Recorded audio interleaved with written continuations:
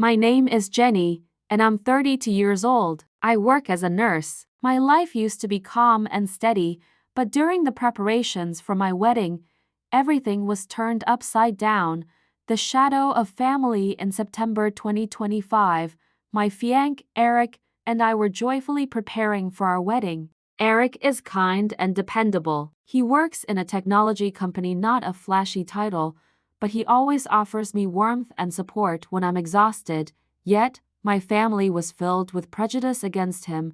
My mother always believed that Eric's job wasn't respectable enough for me, a nurse. She thought I should find a doctor or someone with a better future. In her eyes, Eric was just an ordinary office worker, incapable of giving me the quality life she imagined. My father, influenced by my mother, also treated Eric indifferently. Every family gathering became awkward whenever Eric was present. As the wedding day drew closer, the objections from my family grew louder. My mother constantly nagged me, trying to persuade me to cancel. She even sent messages in the family group chat, urging relatives to convince me. Her words cut deep, but I knew who I loved Eric. His kindness, his effort, were things I could not let go. Though Eric felt the coldness from my family, he never complained. He would hold my hand tightly and say, "Jenny, as long as you want, I'll always be by your side, no matter what comes."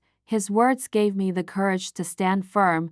We shopped for the wedding dress together, imagining our future. Eric would prepare warm meals for me after my night shifts. When I was stressed over work problems, he would patiently listen and encourage me. We planned our little home together and talked about adopting a dog named Sunshine, hoping our life would be full of light. A month before the wedding, I sent invitations to my relatives, hoping they would witness our happiness. Instead, I received an email from my mother. She said they could not attend with a clear conscience because Eric's work made them feel ashamed.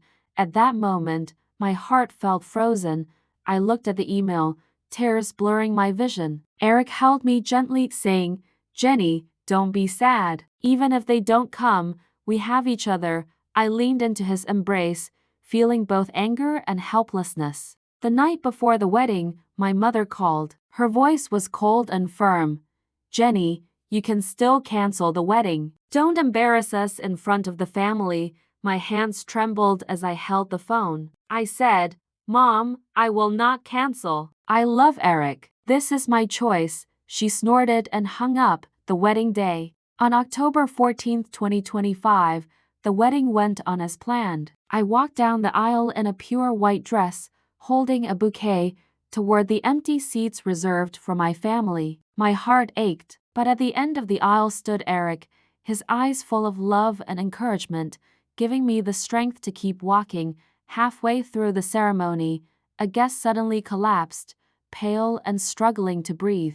Eric and I rushed over together. As a nurse, I quickly assessed the situation and began emergency care, instructing others to call 911. Eric didn't hesitate either. He ran to the service station, grabbed the first aid kit, and followed my directions to assist. His movements were calm and precise. Together, we stabilized the guest until the paramedics arrived and transported him to the hospital.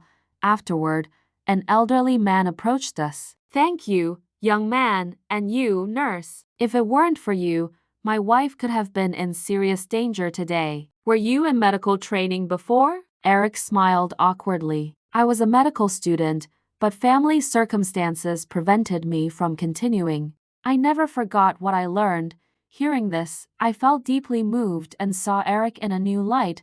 After the wedding, we returned home. I looked at him with love and curiosity. "Why didn't you ever tell me you studied medicine?" Eric held my hand gently. "Jenny, I didn't want my past or status to change how you see me. I want you to love me for who I am." I nestled into his arms. "I don't care about your past. I love you for you." Family reconciliation. A few days later, my mother called hesitantly. "Jenny, I heard about the wedding. I now understand Eric. We'd like to meet and apologize." I felt a mixture of emotions and agreed. During the meeting, my parents appeared uneasy. My mother looked at Eric and me, eyes full of guilt. "Jenny, Eric, we were wrong. We shouldn't have judged you based on appearances. We hope you can forgive us. My father nodded silently. I replied, Mom, Dad, I hope you can respect our choices from now on. Eric is a good man, worthy of my life. Eric smiled. I will always take care of Jenny. At that moment, I felt the resentment fade. I understood the importance of love and understanding. From that day forward, our life grew even happier. Our home was filled with laughter, and my parents gradually came to appreciate Eric. We welcomed each day with hope and warmth.